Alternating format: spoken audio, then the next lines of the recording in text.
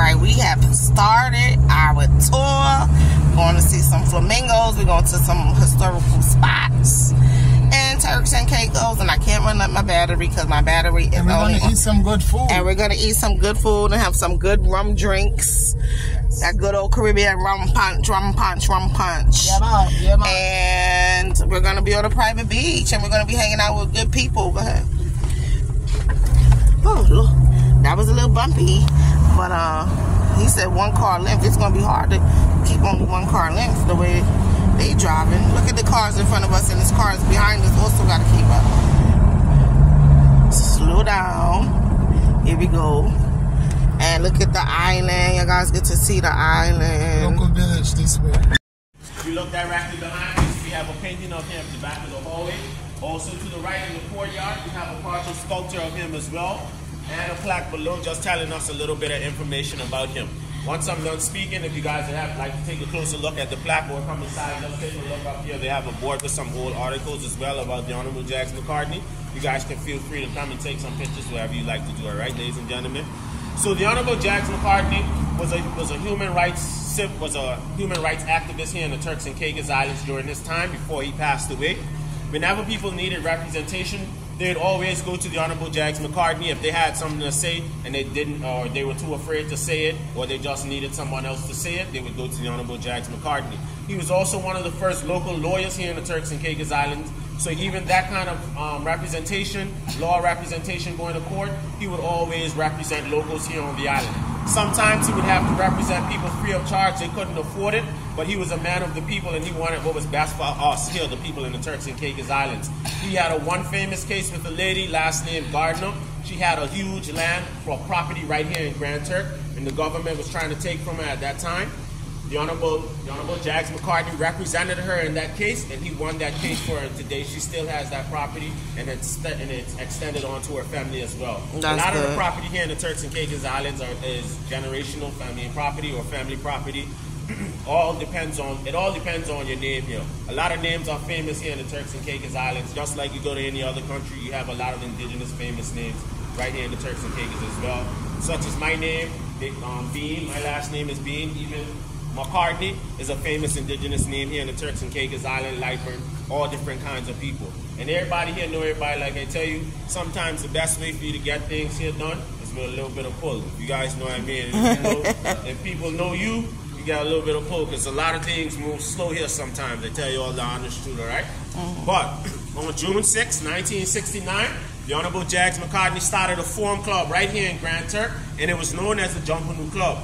The Junkanoo Club was a place where locals would get together, speak about problems that they face in their day-to-day lives, sometimes play games like cards, dominoes, have a few drinks and laughs together. Exactly 1 year later, they were raided by the Chief of Police on June 6, 1970. They were celebrating their anniversary. One of the major problems that we were facing here in the Turks and Caicos Islands was police brutality from British policemen that were stationed here on the island, and also a lack of representation. We didn't have our own official government yet. There was just the governor that oversaw everything here in the Turks and Caicos Islands during those days. Shortly after being raided by the Chief of Police, they were demanding everyone to exit the Junkanoo Club. No one exited the Junkanoo Club because everybody only took orders from the Honorable Jags McCartney. So everyone stayed inside as he asked them to, and then the Chief of Police tried to force his way inside of the Junkanoo Club. After trying to force his way in the Junkanoo Club, once he got in through the door, he was met by the Honorable Jags McCartney, who held him at gunpoint and demanded him to exit his Junkanoo Club. The officer did not leave, and it turned into a gunfight between some of the locals and the police officers here on the island. Luckily for both sides, no one was shot or hurt during that incident or during that event. But shortly afterwards, the Honorable Jags McCartney would arrange a meeting with the governor of the Turks and Caicos Islands, bringing forth the same problems that he would hear day to day inside the Junkanoo Club, just such as having our own police force, our own local government. If we did have our own local government, he demanded that the head of every government department should and would be a Turks and Caicos Islander. Meaning you would have to be born and raised here in the Turks and Caicos Islands. If you weren't born and raised here, your mother and father or your grandmother and grandfather would have to be born and raised here in the Turks and Caicos Islands. Same situation I'm in today, ladies and gentlemen. Not born here in the Turks and Caicos Islands, but both my parents and grandparents were born and raised right here in the Turks and Caicos Islands. You all wondering where I was born? I was far, far over here, right? Philadelphia. Do y'all have everything is running government, your own government, everything right now, independent? Y'all ever try to fight for your independence from the British Islands? Well, for independence, it has to be basically, what do you call it? Like almost like a mandate from the people of the Turks and Caicos Islands, and then everybody would have to like sign some kind of petition that would have to go to what we have known as the House of Assembly, or you guys would refer to it probably as the House of Representatives, or we say the House of Parliament as well. Yeah, it'd have to go to them.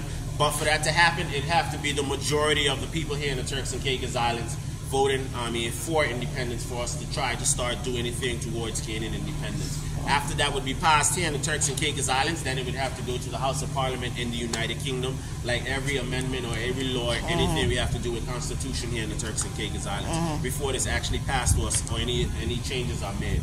So basically, that's really up to the people here in the Turks and Caicos Islands. Some people think we should be independent. Some people think you always should be independent. No country should be able to own another country. That's like still owning people. Well, you see, a lot of people here, I can tell you guys, a lot of people here, the argument that they have with dependence and independence.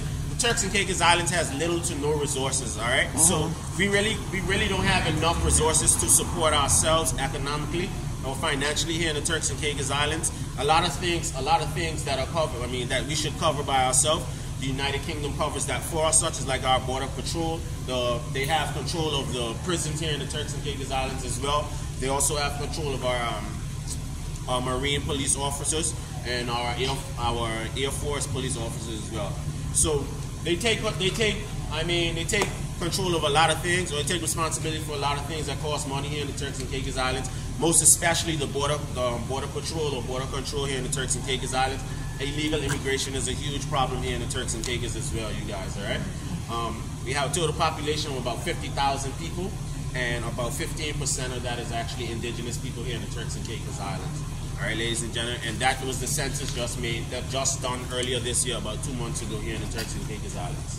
So we really outnumbered here, and like I said, we really don't have a lot of resources. Our largest industry is tourism, and we rely on each and every one of you guys to continue choosing us as a travel destination or vacation destination. And our second largest industry is fishing, and after that is offshore banking. So we really don't have any natural resources to really rely on here in the Turks and Caicos Islands to support the economy or the population here in the Turks and Caicos Islands.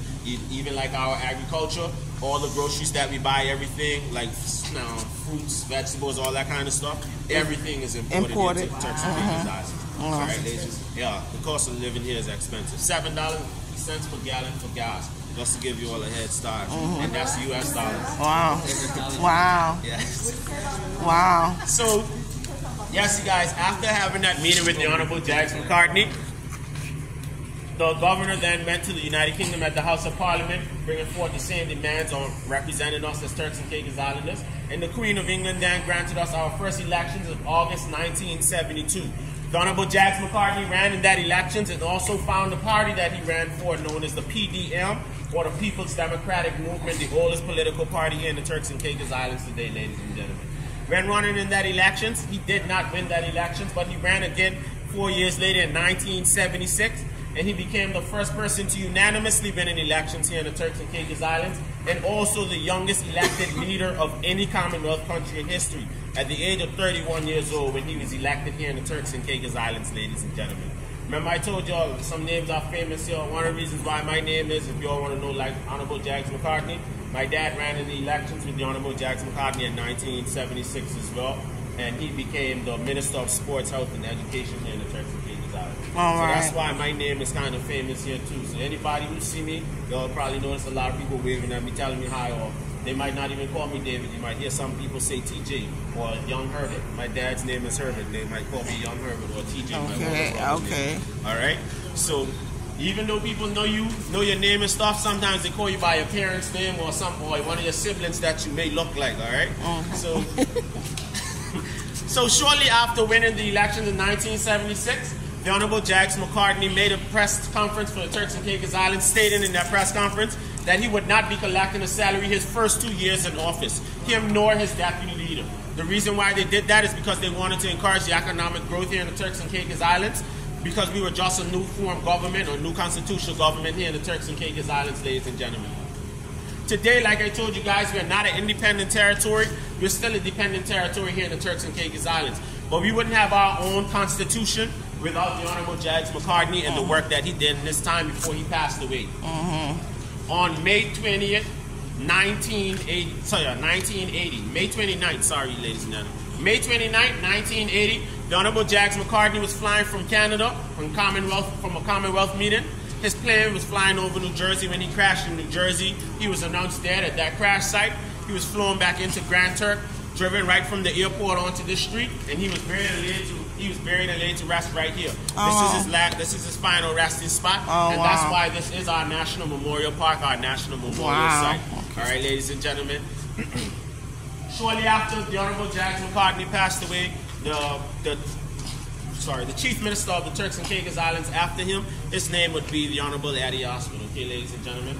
So thank you guys again, once again, for listening. Does anybody have any other questions? Thank you. I want to talk to you after the tour. All right. Yeah. So one more thing. I remember when I was speaking about the gunfight. See some of y'all say, ooh, right? So today here in the Turks and Caicos Islands, we have a no-gun policy in the Turks and Caicos Islands today. If you're found with a handgun, it's a minimum of 12 years in prison. All right. Automatically, it's a minimum of 12 years in prison. If you're found with an AR or an automatic weapon, it's a minimum of 30 years in prison. All right, ladies and gentlemen. And we have our local prison here in the Turks and Caicos Islands. That prison is right here on Grand Turk. It's the only prison in the Turks and Caicos Islands. That prison can hold up to like 600 people in it. Right now, they got just over about 100 people in it. So anybody feeling rude today, you got plenty of space. You got your own cell. All right? No, I'm good. The prison is actually right in the background, but I'm going to save that part of the tour for when we head into the beach. You guys will get to see that. That'll be the off-road part of the tour, right? Okay.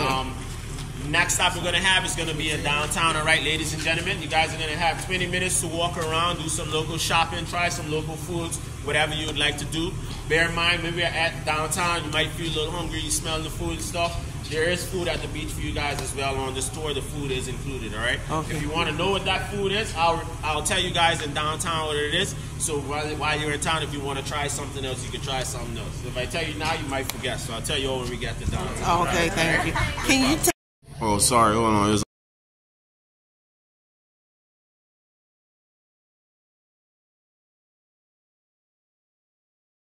side you're driving on inside of Turks and Caicos? I'm driving on the right side of the road. Like a real true Caribbean man. Driving on the right side of the road for the first time in his life. They're just giving us a quick jump real quick. This is our tour guide, David, working hard. And we're going to private island, picnic. We're gonna have some food and some drink and all the sights.